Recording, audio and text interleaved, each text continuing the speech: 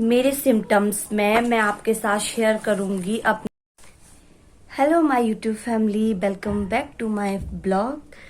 तो मैं काफ़ी समय से अपने ब्लॉग नहीं बना रही थी क्योंकि मैं अपनी रोज़मर्रा की लाइफ में बहुत ज़्यादा बिजी चल रही थी और महादेव की कृपा से मैं प्रेगनेंसी के 8th मंथ में हूँ और मैं अपना प्रेगनेंसी पीरियड भी इंजॉय कर रही थी। तो मैं अपने जो डेली रूटीन वाले ब्लॉग है या फिर इससे पहले भी अगर कुछ स्पेशल हुआ है तो मैं वो वाले ब्लॉग नहीं बना रही थी।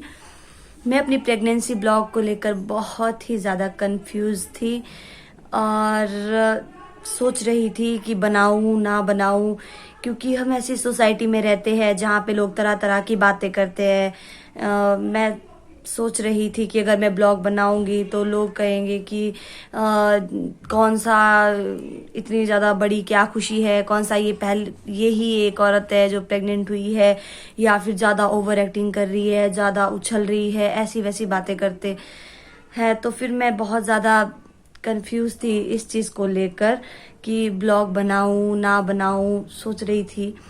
तो फिर मुझे बाद में लगा कि कुछ तो लोग कहेंगे, लोगों का काम है कहना। तो लोगों की बातों को नज़रअंदाज करते हुए मैं ये ब्लॉग बना रही हूँ। लोग तो वैसे भी बोलते ही, अगर मैं ब्लॉग नहीं भी बनाती तो कौन सा मेरे बारे में अच्छा अच्छा बोलते हैं। ये सब सोचकर फिर मैंने सोचा कि ब्लॉग बना ही लेती हूँ। तो इससे पहले मुझे नहीं पता था कि इस तरह के ब्लॉग भी होते हैं जहाँ पे लोग अपने प्रेगनेंसी के टाइम पे जो भी उनके सिम्टम्स होते हैं, एक्सपीरियंस होता है, वो शेयर करते हैं। एक दिन मैं वैसे ही अपनी हेल्थ के बारे में या फिर प्रेगनेंसी में क्या चीज़ें खाएं ना खाएं ऐसी वाली वीडियोस देख रही थी।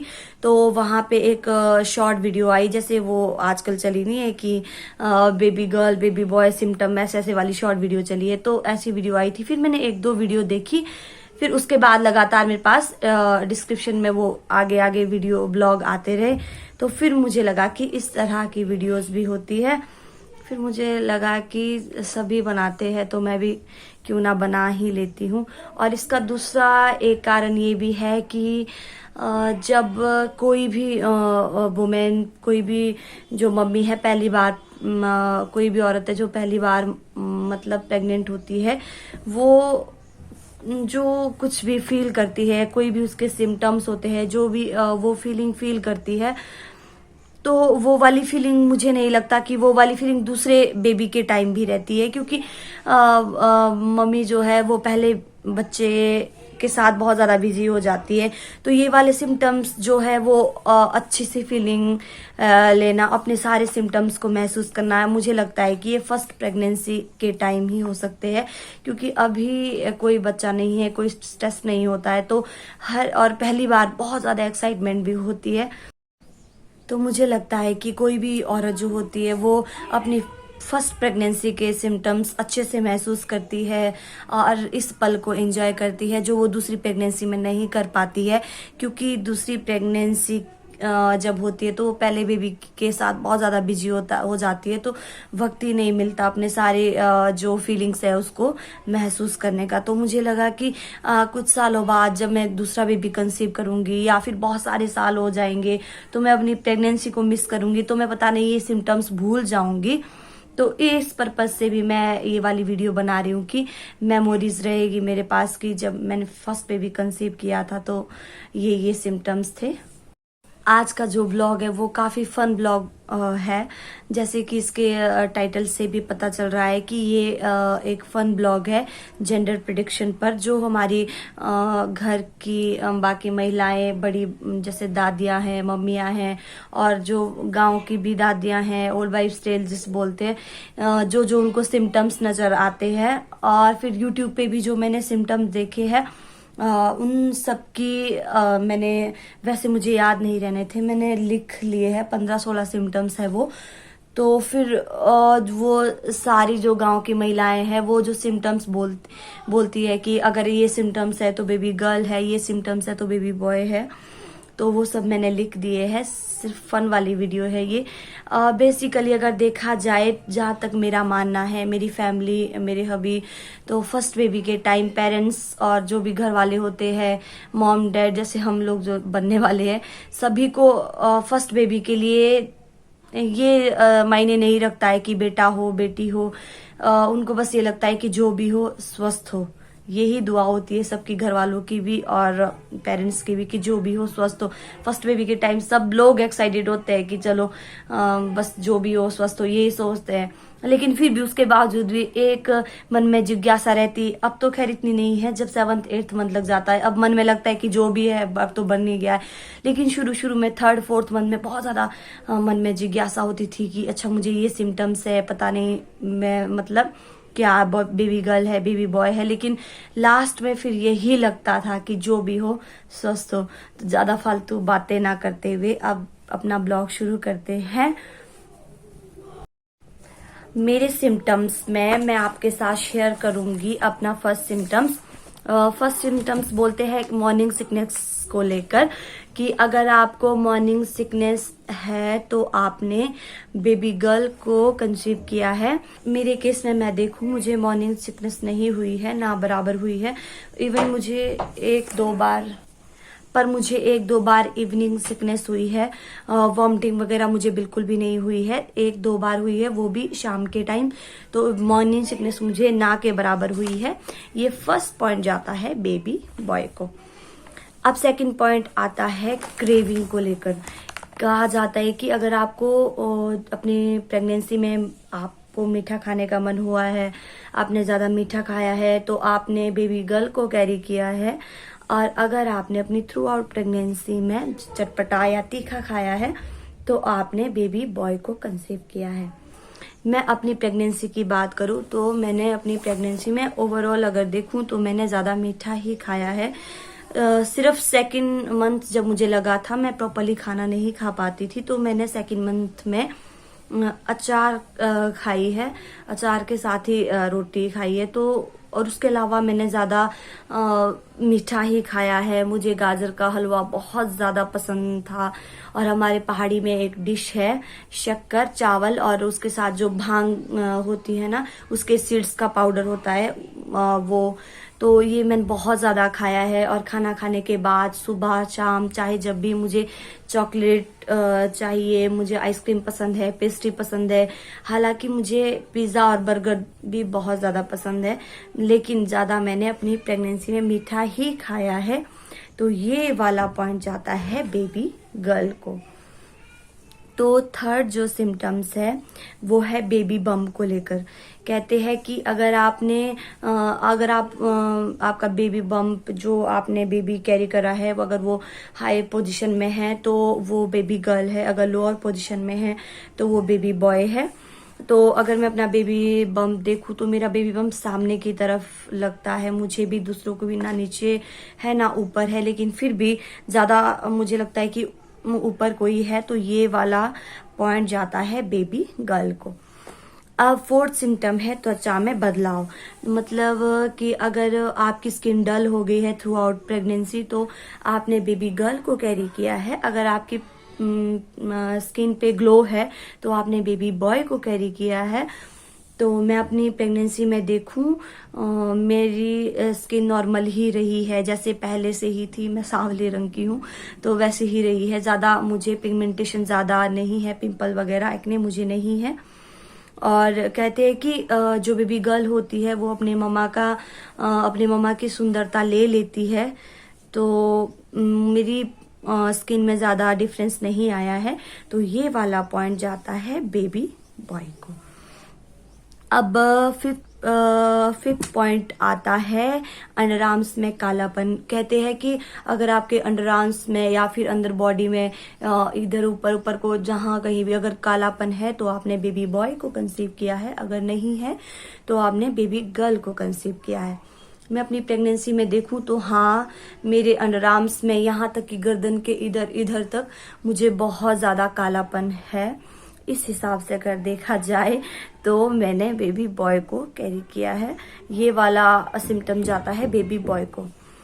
अब आता है 6 पॉइंट। 6 पॉइंट है पैरों को लेकर के। अगर आपके पाँव ठंडे रहते हैं थ्रू आउट प्रेगनेंसी तो आपने बेबी बॉय को कैरी किया है। अगर आपके पाँव गर्म रहते हैं तो आपने बेबी गर्ल को कैरी किया है।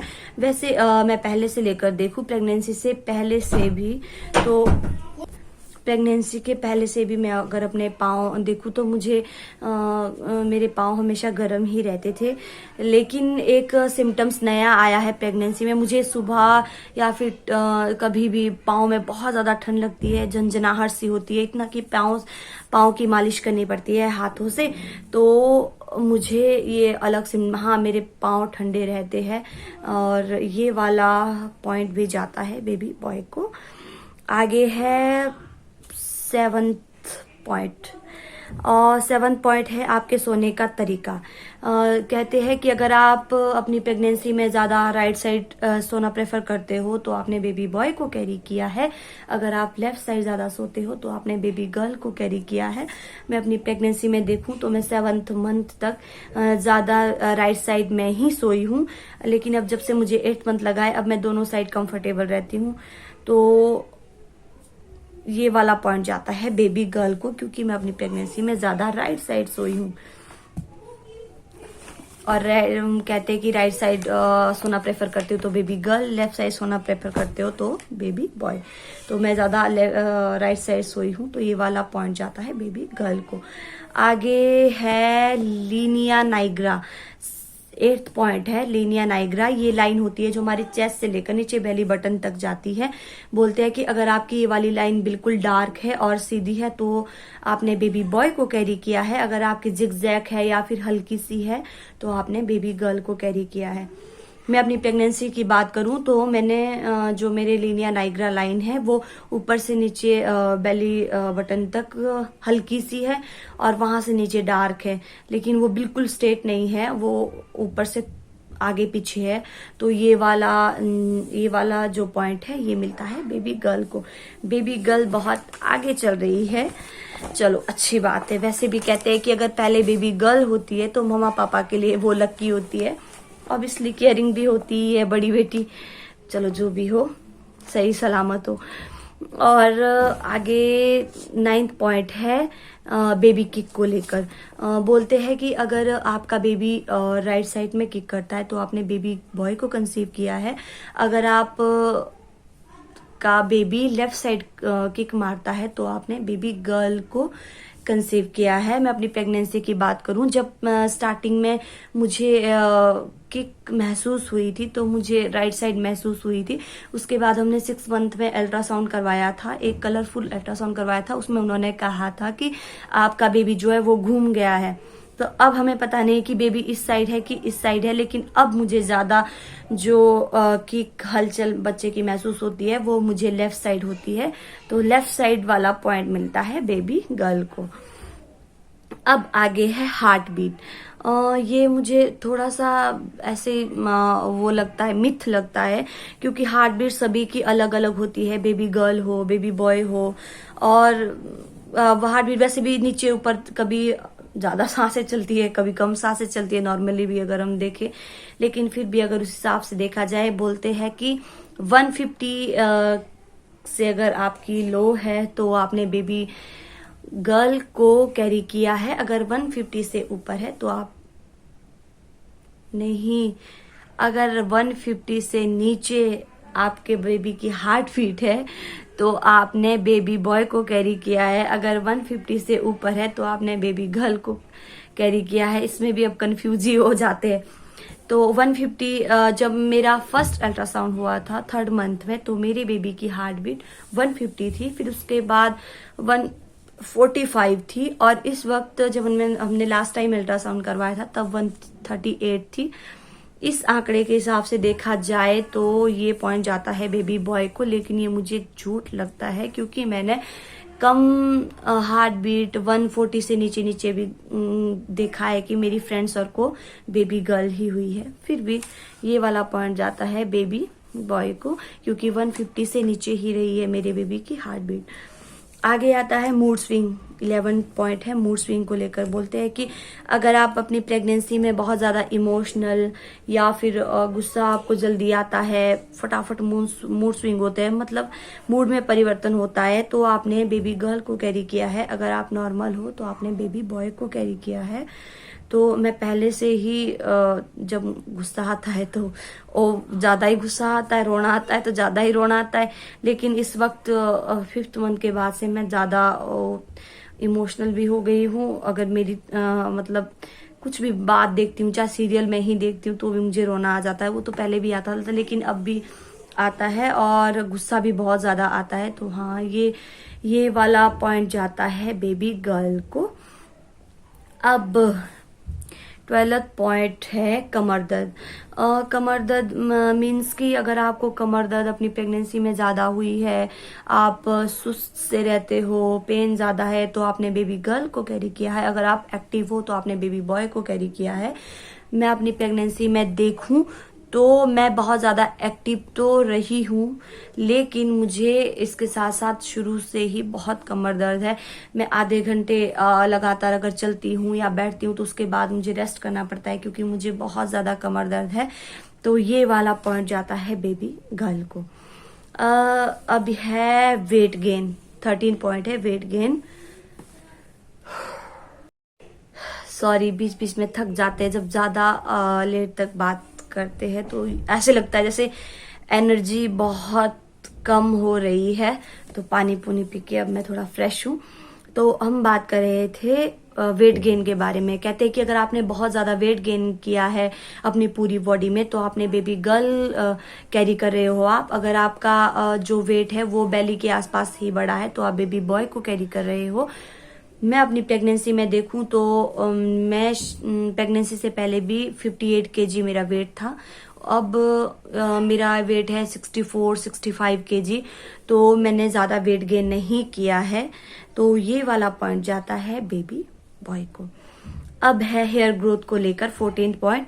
कहते हैं कि अगर आपके बाल बहुत ज्यादा झड़ रहे हैं, तो बहुत पतले हो गए, झड़ रहे हैं, तो आपने बेबी गर्ल को कैरी किया है। अगर आपके बाल बहुत अच्छे हो गए थ्रू आउट प्रेगनेंसी, तो आपने बेबी बॉय को कैरी किया है।